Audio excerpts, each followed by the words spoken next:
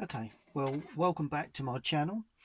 Today we're looking at using masking fluid, and the best option for masking fluid really is to use a good quality masking fluid. That's that one there. I prefer the Winsor & Newton, but providing it's a good make, and it's called Art Masking Fluid. I prefer the yellow version rather than the clear version, purely because you can actually see the masking fluid on the paper. And the reason for you using it, as you can see, I've got a picture of a windmill there, or the subject is a windmill. And the thing is with windmills, if they are white sails and cap and fantail, if they're against a dark background, then somehow you've either got to pick in between all of the sails and the cap of the mill, and even the window frames, because they're white as well, when you lay on your underwash. And as you pick around, you lose, sometimes it dries, you get hard lines. So what I'm looking to do is to purely achieve the white paper on the sails of the mill. So we don't want to use white for this, so I'm going to mask off the sails, the cap and everything. And this is quite easy. All you do, let me just put that up there just so as you can see, you get a small brush about that sort of size.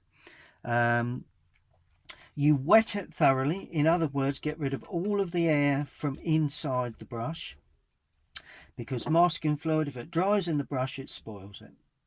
Then you just gently tease away most of the moisture on a piece of tissue like that.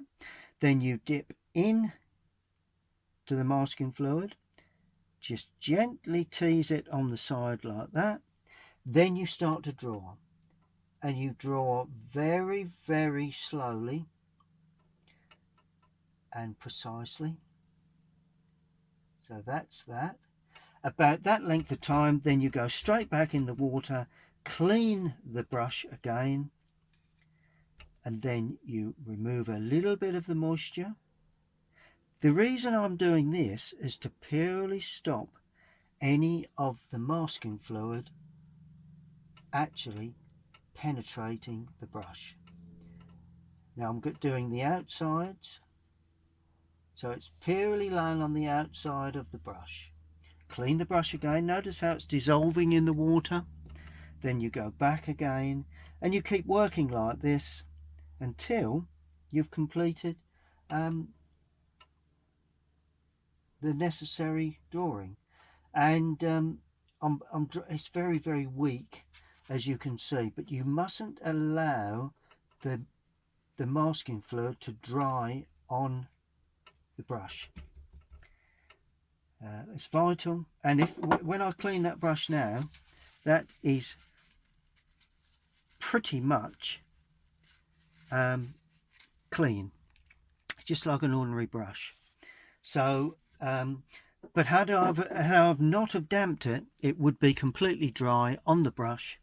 Anyway, let's bash on with this. So I'm going to use the masking fluid to purely paint, and you must get into a routine. I'm going to make that a little darker or a little stronger there.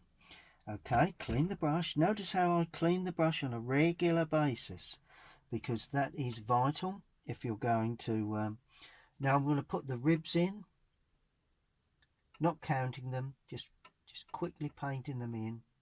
Providing masking fluid lays on the paper, I can assure you, into the water again, can assure you that it will mask that area.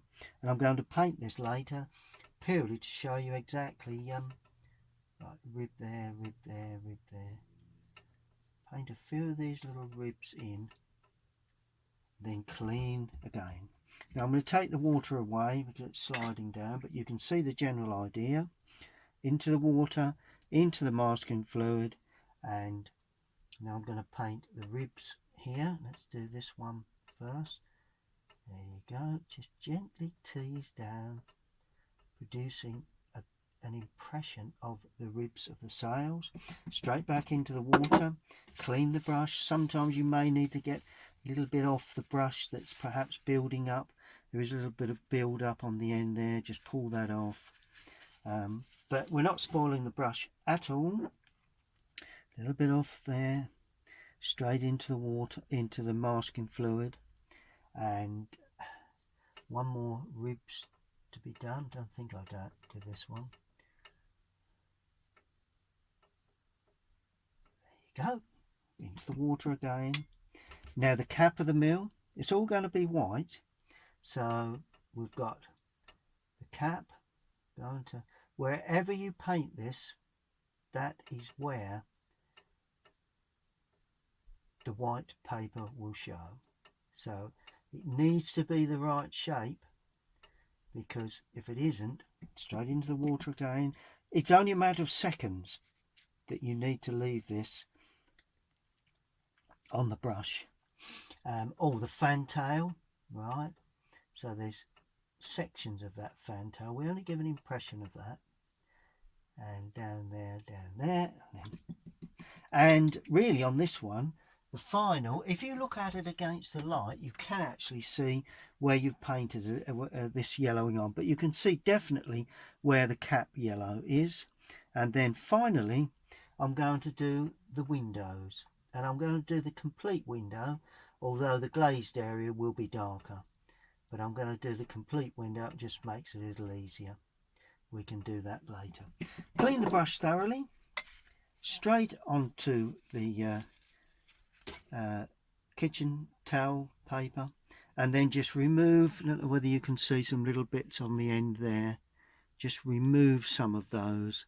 Now all I will do now is to wash that out in soapy water, put the lid back on to make certain there's no build up so it breaks the seal, because it will go off. There's no build up there, because it will go off very, very quickly if the top is not sealed. Do it up fairly tight and shake the bottle. That way you're actually clearing, sealing the top. If any air does get in, it will automatically seal the top. And then I store it in a plastic bag like that, because once air gets to it, it dries and goes off, and it completely becomes unusable. So I squeeze all the air out of the bag like that. I turn it like that, and then I turn the top and put it back so that it's all sealed. There you go, nice and sealed. Then I put it in as a second precaution in a small plastic bag there that's got a zip on it, but to be fair, it's probably okay as it is. Then I seal that, take away the air, and then seal that. So that's all ready for next time. It can be transported anywhere I go if I need it. And that's how you use masking fluid. Now I'm going to actually show you the way I paint this, but that is specifically the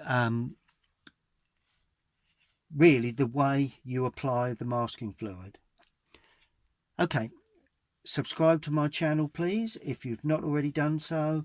I'll be showing you very shortly how I paint this, and I hope you've enjoyed that little session.